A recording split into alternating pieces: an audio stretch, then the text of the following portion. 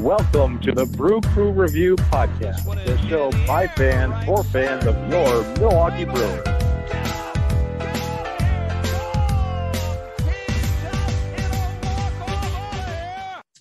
Welcome to the Brew Crew Review Podcast, Brewer fans. I'm Craig. With me today is Vince. How are you doing, bud?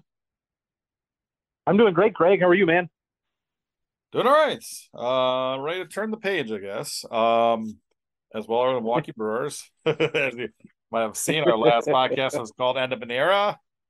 And don't let the door hit you on the way out. So yeah, those pictures of our former manager. I don't even want to say his name.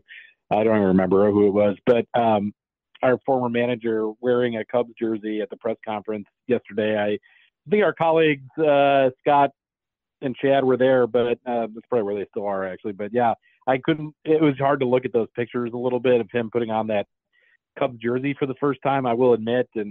But that being said, there is something kind of refreshing about a break and then moving on. So, maybe it's healthy overall, I guess, on some level. Yeah, even though in this situation, well, first of all, before I make my comment, let's first welcome the breaking news. The new Milwaukee Brewers manager, and it's Pat Murphy. Yeah.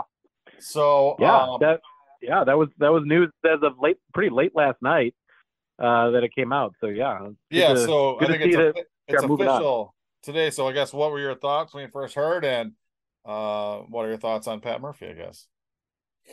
Well, it wasn't a complete surprise. We had heard his name being bandied about since Craig made the decision to go to Chicago, and certainly Pat Murphy has put in his time with the organization. He's been here, for a number of years, so he knows the players. I think that's a huge plus to know your personnel, to know the organization. There's not going to be a period of time that he needs to get acclimated to the organization or how the Brewers do business or anything like that, which can be good, and it can also be bad because we do want to have a fresh take on things. And as much as we loved our previous manager, he was 1-9 in his last 10 playoff games. So I do want a new approach. If we are going to continue to keep much of this current group intact, if we are going to continue to try to contend every season, I think that it's important that we have a manager who can maybe do a few things differently in the postseason. From what I've heard, Pat Murphy is able to do those things. He is able to be his own man with this. I know that he and our former manager have a long-standing relationship and history together, and that's fine. But I am hopeful that he can impart a bit of his own brand on this team now at this point, and maybe actually throw a little bit of passion into the position. I think that one of the bigger beefs that people had with our previous manager was that at times he could seem a little disengaged. So I'm glad that maybe we can at least kind of start fresh with Pat Murphy. And I think that it would have been interesting to see who the Brewers would have chosen if there was a knowledge going into the offseason that we were going to need a new manager. I think that, Craig's departure did lead to some scrambling maybe by the front office. Maybe we would have interviewed Stephen Vogt. Maybe we would have had, conversations with guys like Don Mattingly. Maybe we would have done a number of different things. But given where we are in the offseason already, where the Brewers organization is, and given the situation, I'm fine with the Pat Murphy hire.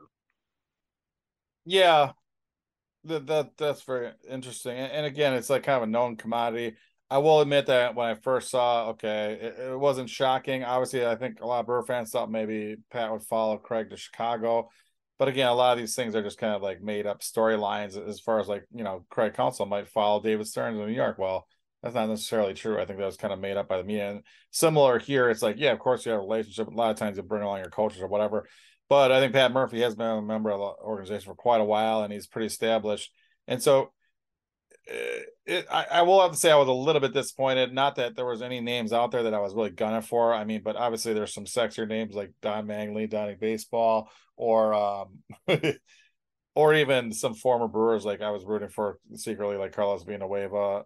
I will say that I guess Ricky Weeks has been added to the staff. It hasn't been announced what his role will be yet, but that's interesting for Brewer fans. But no, the Pat Murphy signing is as a couple of analogies I'll throw out there. Well, I'll start by saying I had the same reaction, or it's similar to like the Brewers making their big push to the playoff by acquiring Mark Canha. Um, it's nice. They both have a good sense of humor, but it's not necessarily going to you know ignite the team, so to speak, or passion amongst fans, as this is what's going to put us over the hump. So no offense to Pat Murphy, but I mean it was a little bit that, so it's a little bit of a vanilla signing, but again he's a known commodity, and yeah, so no real Craig, for what it's worth, Mark Canha almost, did carry us a little further in the postseason. I mean, of all the problems that the Brewers ended up having in October, Mark Canha was definitely not one of them. That's true. I mean, he did do well for us. So no offense to him, but yeah, but I don't think Yeah. So anyway, Pat Murphy, no, welcome as a Milwaukee Brewer manager. I'm sure he'll do well. He's obviously putting in his time. Also, I do like the internal promotions. A lot of times it's like if you're going grabbing some other guy's bench coach or something like that, it's like why not even like look to promote within. So I'm a fan of that. But it also I don't know. It also just gave me another like for Mark Antanasio, like it just gave me another inclination that he's really just like running this um team basically how you'd run a business, and that's fine. But I don't think all other owners around baseball are doing exactly how Mark Antanasio is doing it. And that's kind of like the easiest way possible while still making money and being successful as possible. So, but anyway, yeah. Pat Murphy, welcome. As Milwaukee Brewer manager. So yeah, there's really nothing. The 19th manager in Brewers team history, Craig. There we go. And yeah, again, for those of our listeners who are into the Brewers history side of it, 20th in franchise history. Joe Schultz managed the Pilots for just their lone season in Seattle and then make the move with the team to Milwaukee. So 19th in Brewers team history, 20th in franchise history. Yeah, it's just another analogy to just get this feeling of like Craig Counsell left and went to the arch rival, and then we're just with Pat Murphy. It feels a lot like as if like you lost your really attractive girlfriend to like your arch rival in high school or something, and then a week later you realize that you could you'll still be able to take your ex to the prom or something, or to the homecoming or whatever. No. We're taking the ex's friend. That's what we're doing. We're doing what? We're taking the ex's friend to the prom. That's what we're doing. There we go. All right, that's a little bit more exciting. Yeah. So and maybe it was like a hidden gem type of thing. Like, hey, actually, this was better all along. So, you know what? I think at the end of the day, I'm okay with this. Not just because, we don't really have much of a choice as fans, but because I really do think that that stability is going to be good. He seems to be very well liked in that clubhouse, and not that you just need a manager that's well liked, I guess, but it's not a popularity contest. But I do think that I do think there's some benefit to having a guy who has both the respect and the affection of the guys in that locker room. And if the disconnection between the team and the front office is as great as we've speculated on this podcast that it has been the past couple of years, whoever's to blame for that, and I think personally that there's enough blame to go around between Mark Attanasio, between Craig Counsell, between maybe even David Stearns over the past few years.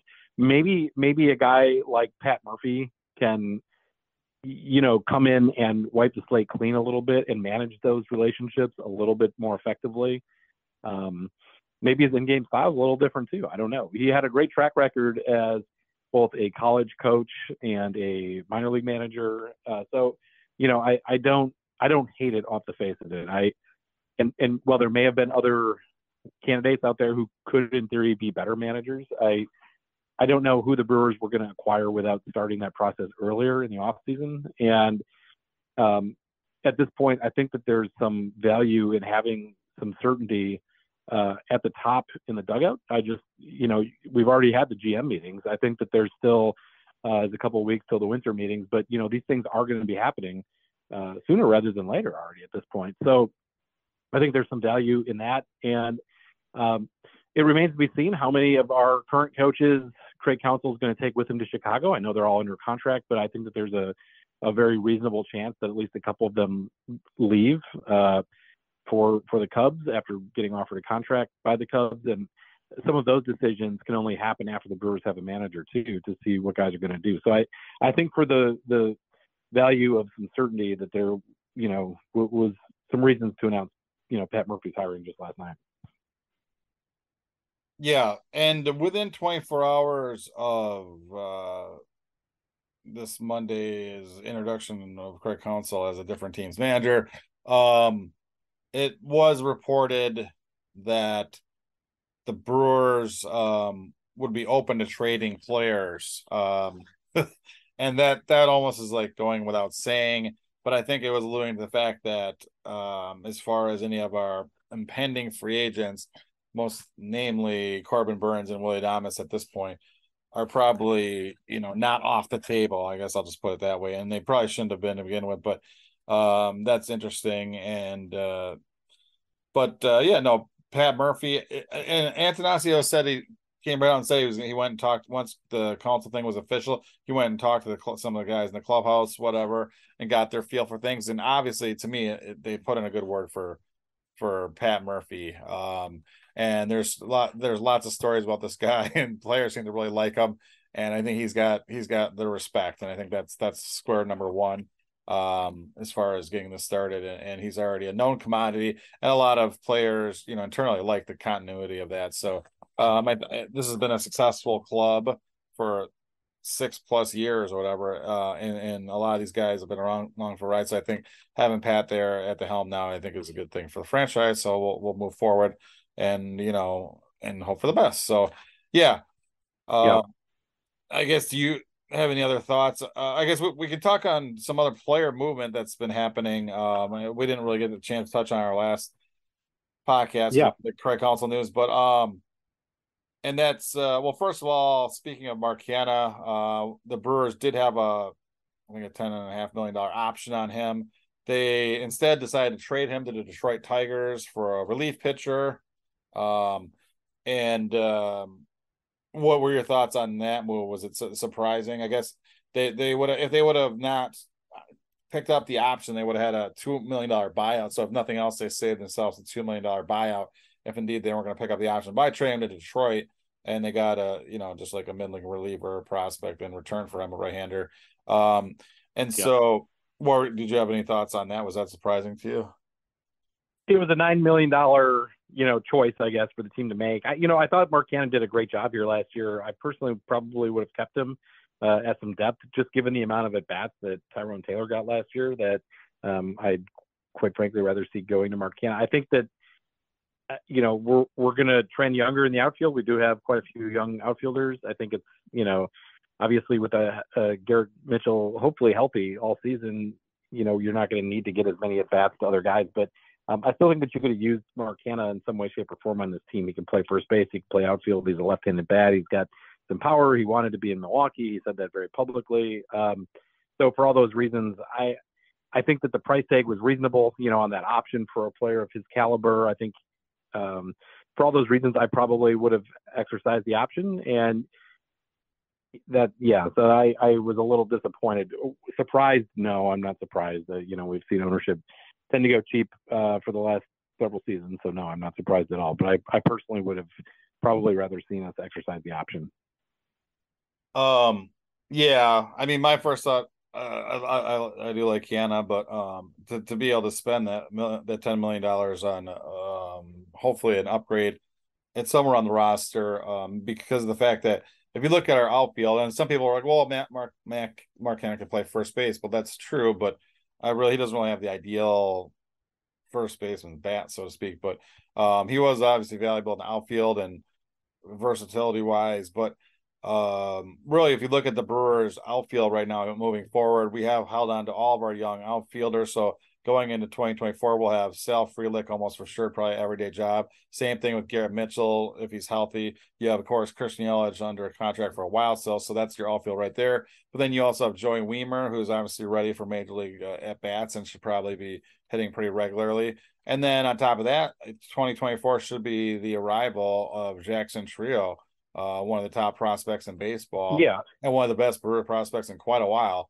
probably since Ryan Braun. So, I mean, yeah, so you've got that going, and so there was going to be a glut in the outfield at some point, and I think that they're going to go with that youth movement, so to speak, going forward. So I'm fine with getting something in return for Canna rather than just having to pay him the $2 million to not come back. So it's luckily they were able to work out a deal. I would have been fine with him coming back as well. And then let's see. The only thing, Craig, is that with your theory is that it presupposes that the Brewers are actually going to spend that money on something on the field. I have no confidence that they actually will. So that's probably why I said what I said. But I do hear you. I think something gonna, like spending it to retain the National League Manager of the Year. Maybe that would have been good. Man, we need a top golf in right field too. Yeah. So, and again, actually, I think does that news come out later today? We're a little ahead of the game, but I think it's either today or tomorrow the Managers of the Year get announced. And it's tonight. I'm pretty positive. I'm fairly confident for people who can still get their bets in that Craig Counsell is going to win the NL Manager of the Year, but we'll see. Well, I know we're not supposed to say anything, but our anonymous source, Tom Carter, who's been tracking this, has said that he actually is going. TC, we're supposed to call him though. Otherwise, he's not going to give us any more information. But yeah. So let's not talk about that. We don't need to give that guy any accolades, but at least he didn't do it as a Milwaukee Brewer, so that's cool. Couple other pieces of news. Again, this happens since our last podcast, but Wade Miley also decided to not to hit free agency as well instead of going with his player option on his contract. So unfortunately, he's a free agent, and again, we could still re-sign him and hope that we kind of do. Someone who didn't want Wade Miley on the team when we first acquired him, I definitely changed my tune. I really think the new baseball rules play into his pitching style, and he's obviously a real cagey veteran at this point, and I think a nice player we need on our team moving forward. So hopefully we can re-sign him, but if not, he definitely had a great season last year and has been a great contributor for the Brewers for a lot of their successful years over the last 5 or 6 years. So hopefully he can come back. Obviously there's been some other minor moves, nothing else major so far, but I saw that we just I think yesterday made a move to acquire Phillies infielder Oliver Dunn. Again, I don't know if he's going to be something like a utility infield type, but not too exciting, I guess. Yeah, man, that was just like an hour ago. I was a little surprised to see that we gave up 2 of our top 30 prospects for him. So that was a little surprising, but he had pretty good numbers at AA, showed a little pop. I think he had 24 bombs last year. So he showed a little power at AA. Only got a handful of games in at AAA though, but the Brewers did have to add him to the 40-man roster today as well. Yeah, I'll actually echo that too. This was not a trade I was happy with. Mostly, and Henry Mendez, one of the outfielder that we gave up, is again a young international signee who I think has got some upside. I think that might be a mistake, but even more so, we trade away Robert Moore, who's kind of like a cult favorite in college, and also the son of Dayton Moore, Royals GM, and he seemed like a scrappy type Scooter Gennett type player to me, and hopefully we don't regret that. But that was actually disappointing to me as well. So, what can you do? Guess I'm not running the team. You could sign the actual Scooter Gennett. He's still out there, isn't he? He hasn't played in a couple of seasons. Probably not doing much. Yeah. So I forgot about Scooter. Yep. But no, a lot of these guys, I don't think he'll be coming back soon. But so no, the Brewers will hopefully have an interesting offseason moving forward. Again, it just feels like a turning page type moment. It's obviously not a great start of the offseason, but I just don't know what the 2024 Brewers will look like. I guess at this point I'll say I'll be shocked if we start the 2024 season with both Corbin Burnes and Willie Adames still on the team. Unfortunately, that's all I have to say. Um, there's also some Yeah. speculation, and I saw that there was actually a poll put up on MLB Trade Rumors of whether or not people feel the Brewers will pick up Brandon Woodruff's last or offer him arbitration his last arbitration eligible year, or if they will non-tender him. Um, and I think that just over 50% last time I looked at the poll were saying the Brewers would actually tender him a contract and then look to possibly get him extended after that. Because obviously he's not going to pitch much in this year. He's not. So what are your thoughts if you were to vote in that poll, or what are your thoughts on what should the Brewers do with an injured Brandon Woodruff in his last year of control? I did vote in that poll, and I voted that we should sign him and sign him to an extension.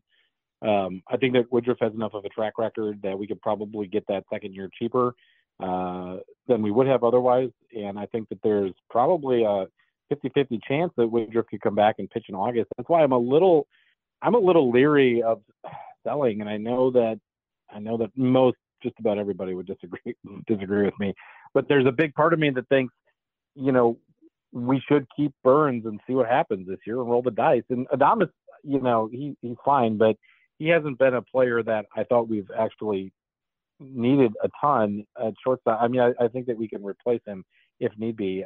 I haven't been as high on Willie the last, you know, year or so that than others have, but I do think that the Brewers don't necessarily need to go into full sell mode. I think that we've still got a really good team, and I think that Corbin Burnes could definitely be a part of that team, and Brandon Woodruff could be a part of that team, even in August and September. So, you know, if you are able to fill the gaps in the rotation, maybe Ashby can do some good in the rotation this year. He is going to come back from injury, and it sounds like he's on track to come back by opening day. So that's an arm.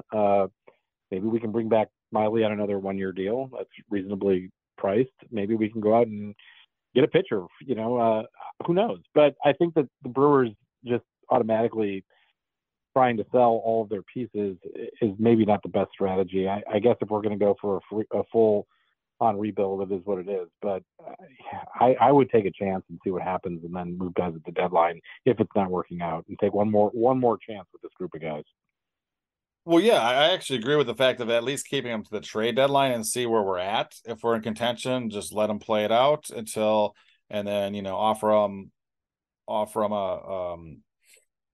a qualifying offer next off season, and if he doesn't take it, then take the pick or whatever. I mean, obviously you can get a bigger haul for him if you trade him this off season or at the deadline. I'm not under the belief that you can get much more by trading him this off season. I feel if we trade him this off season, it's not so much as our return as it's in.